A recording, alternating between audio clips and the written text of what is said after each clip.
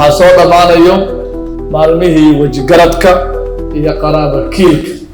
waxaan dareemayaa inaad tihiin dad nasiib aad iyo aad u badan yeeshay marka loo fiiriyo duruufihii iyo xaaladihii waalidiintiin oo qaarkood halkan ay fadhiyaan ay soo mareen.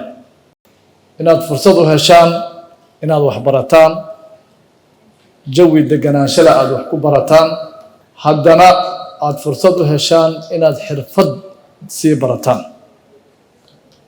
waqti la og yahay in fursadaha shaqadu ay yar yihiin, inaad noqotaan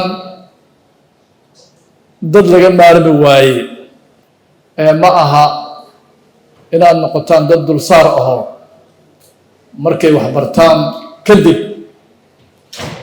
adeerka meeshaas joogee telefonan u dirsanaa iyo